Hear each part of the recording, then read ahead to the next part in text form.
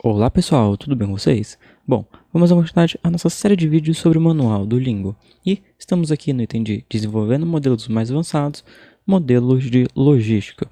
Temos aqui então dois modelos, no vídeo de hoje veremos o primeiro. Esse primeiro modelo é bastante comum, modelo logístico bastante comum, que funciona da seguinte maneira. Uma empresa pretende abrir novas fábricas para atender as pessoas, atender cidades específicas. Então, a empresa, no momento zero agora, ela não possui as fábricas. Se ela for abrir a fábrica, ela vai ter um custo. E se ela abrir aquela fábrica, além do custo fixo de abrir a fábrica, ela vai ter justamente o custo de deslocar o produto daquela planta para os clientes.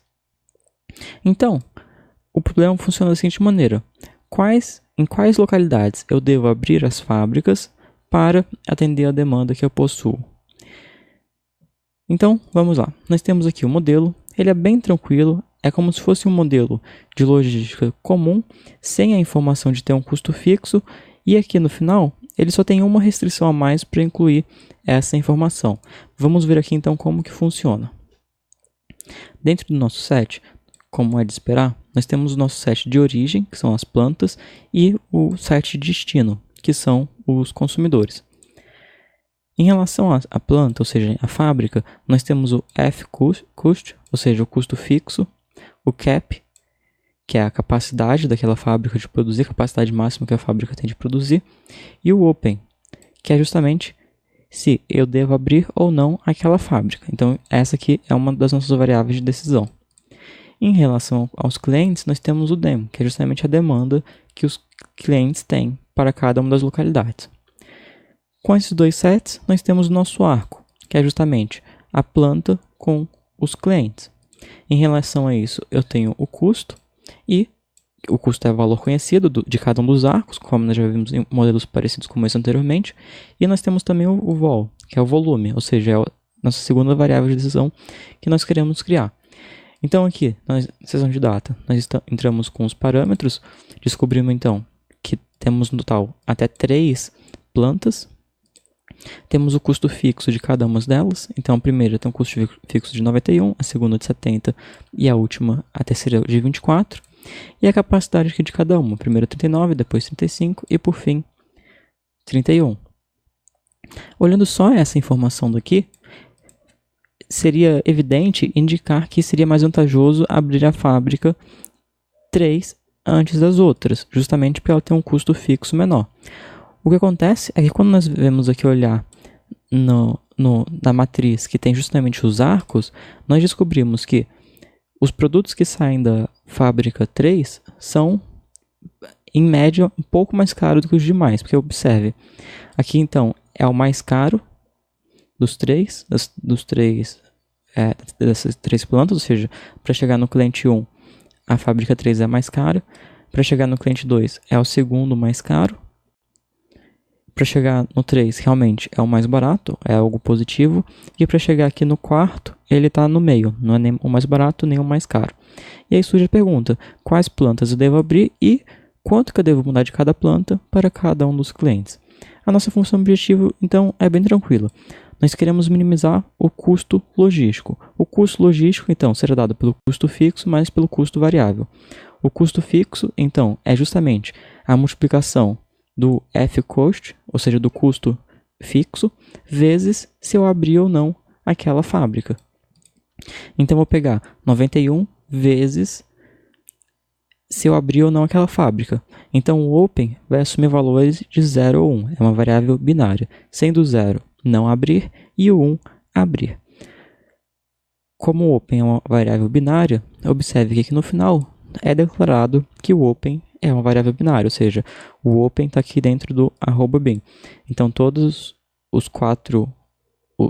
3 Opens são uma variável binária, tanto da fábrica 1, da fábrica 2 e da fábrica 3.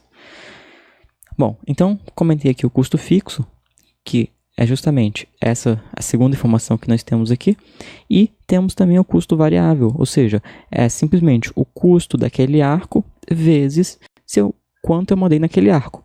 Então, vamos supor, se eu mandei uma unidade da fábrica 1 para o cliente 2, eu vou ter que pagar 6 vezes 1. Se eu mandei 2 unidades aqui, eu vou ter que pagar 6 vezes 2, que no caso é 12. E assim por diante. Então eu tenho que fazer a somatória para todos os arcos disponíveis com o meu volume. Então aqui, primeiro eu colocou o custo, justamente o custo variável, que é a multiplicação do custo vezes o volume dos arcos, mais o custo fixo de cada uma das plantas. E aí ele quer minimizar isso, que é um problema de minimização. Depois aqui, então, nossa primeira restrição é justamente definir que os clientes devem receber a demanda que eles possuem. Ou seja, o cliente 1 tem que receber pelo menos 15 unidades. O cliente 2, pelo menos 17. O cliente 3, pelo menos 22. E o cliente 4, pelo menos 12. Observe que aqui tem o sinal de maior ou igual. Aqui você também poderia colocar o sinal de igual, não teria problema algum. Mas é mais interessante que você coloque o sinal de maior ou igual. Porque imagine, por exemplo,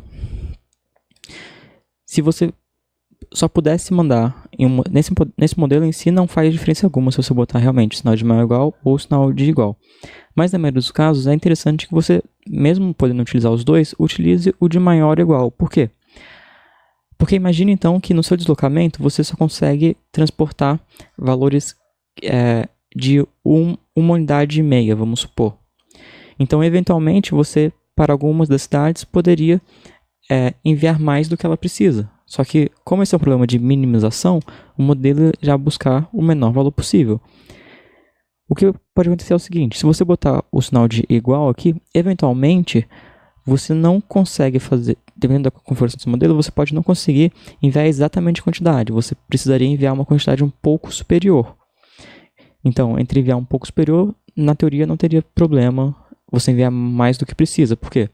Porque como isso está já aqui na sua função objetivo, você irá tentar enviar, tentará ter o mínimo de desperdício possível. Então, não tem problema você deixar aqui o sinal de maior ou igual. E por fim, nós temos que informar que as fábricas só podem enviar aquilo que elas possuem. Então, o volume do que a fábrica enviar, o volume do que cada uma das 3 fábricas enviar, tem que ser menor ou igual do que a capacidade vezes se eu abrir ou não aquela fábrica. Então, observe que aqui nós temos, na realidade, 2 equações em uma. Por quê? Porque, primeiro, nós temos uma equação que fala que o volume tem que ser menor do que a capacidade. Isso é compreensível de entender. Mas depois nós temos aqui vezes o open. Isso aqui força que a nossa variável binária assuma o valor de 1 quando nós queremos utilizar aquele arco. Porque se nós não colocássemos isso daqui, o modelo iria simplesmente iria enviar pelas fábricas, só que ele não falaria que as fábricas seriam abertas, então teria um erro no seu modelo.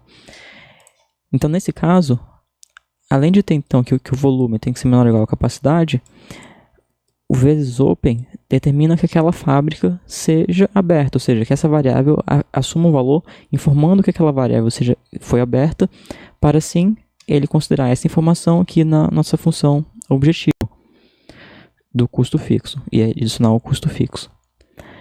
Se você observar, nesse caso aqui, a capacidade está servindo como um Big M, se você é possível fazer essa analogia aqui nesse problema.